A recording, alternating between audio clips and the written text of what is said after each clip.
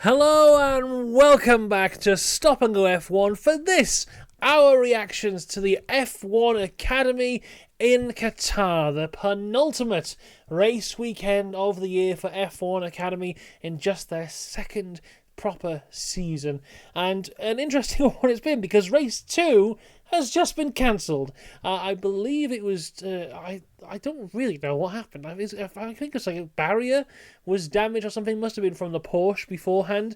They had a similar incident happen yesterday, but because they're on such a tight schedule today with F2 and then the F1 later on today, they have decided to cancel the race, but we still got one yesterday, and our champion has been crowned. We'll get into all that and more in just a little second. Before we do that, remember to like and subscribe, and a huge shout out to our members, Dakota, The Joyous James, Robin Myers, and Cinnamon Strudel. My goodness, here we are, the 1st of December. The world's worst Christmas tree is up here in the background. We got a couple Santas with us as well. They're having a great time. If you haven't seen already, day 1 of the Advent calendar is on the channel now, so you can go watch that one after you've watched this. The gap has been filled, although I put it in a frame, put it up, that frame fell down, landed on the first frame that fell down. So it's still a bit incomplete, but we're getting there. We're getting there, everyone. Let's talk about F1 Academy, though, because it was a pretty straightforward race for them. One race that they have had this weekend. Dorian Pan was on pole. Maya Vug in second. Abby Pulling had the chance to win the championship this weekend, but she started from third place. But as we get, even before the start, though, Pulling had a bit of an issue. She had a lock-up. It looked like, as she was trying to warm her tyres, she didn't expect Maya Vug to brake as suddenly as she did, and had to make some kind of avoiding action on the formation lap. Had a bit of a lock-up from there.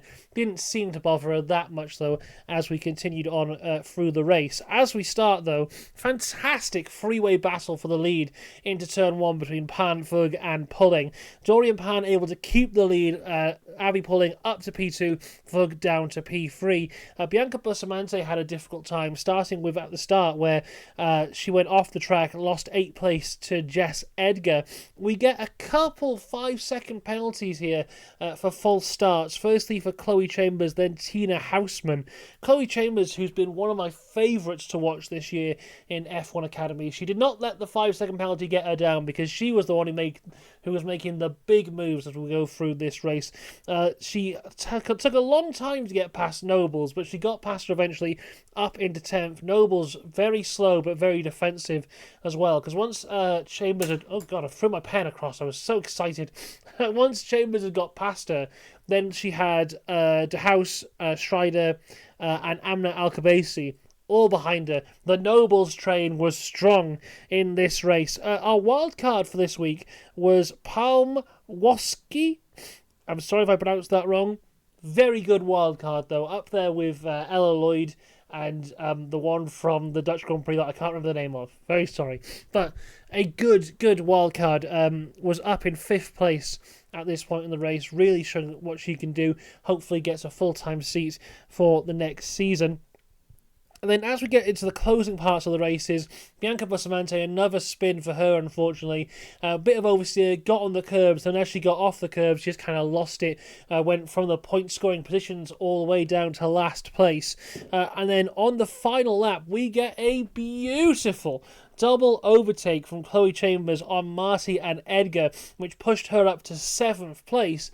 Unfortunately, though, with that 5-second penalty, it didn't really mean much, because as we crossed the line, Dorian Pan won the race with ease, but Abby Pulling in 2nd place gives her just enough points to secure the championship and become the 2nd ever F1 Academy champion. She will now go on to, I believe it's British Formula 4 is what the reward is now. So hopefully in a couple years' time we'll be seeing her in F3, maybe F2, and with the ultimate aim, of course, to finally have a woman back in Formula 1. So hopefully she can be the one, but there's a lot of very talented women here, including Dorian Pan, who of course won this race. If we go back to the start of the year in Saudi, the way Pan dominated that weekend, of course, she had the penalty for crossing the finish line qualifying twice after the checkered flag, which got rid of that win for her. But coming away from that weekend, I remember like the discourse being, there's no one who can touch Dorian Pan. She's just too incredible. But Abby Pulling, since the Miami weekend, has been in a league of her own. I think this is only like the second or third time she's actually finished lower than first this year. I'm going to pull up the stats just to make doubly sure, but she has been incredibly dominant. I'm just going to look at the results now when it bloody loads. Here it is. So she has finished not first 4 times out of 11 races. 4 times she has not won. So an ultimately dominant week, or not even weekend, season for Abby Pulling. Very much deserves the championship there. Maya Vug in third place in the championship and in third place in this race. She's in this little weird class of her own where she's a lot better than everyone else, but she's not quite on the level of Pulling and Pan. So it's a bit difficult for her, but she's shown what she's got. Unfortunately, hasn't actually won a race this year, but lots of second places, lots of third places for her, and hopefully something good is coming from there. In fourth place was Hamna Al-Kabasi. Fifth place was our wild card of Palmonsky. I'm so sorry. Again, Alicia Palomsky. There you go. She's now 17th in the championship. I'm just looking here. Yeah. So she is actually the highest placed wild card that we've had. Oh, no, she's not. I apologise again. Nina Gademan was the wild card from the Dutch Grand Prix.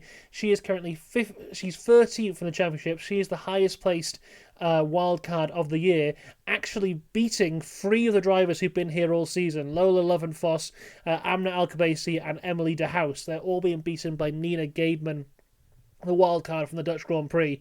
Then we got Alicia Palmowski. I'm saying her name differently every time because eventually I might get it right. She's in 17th place right now.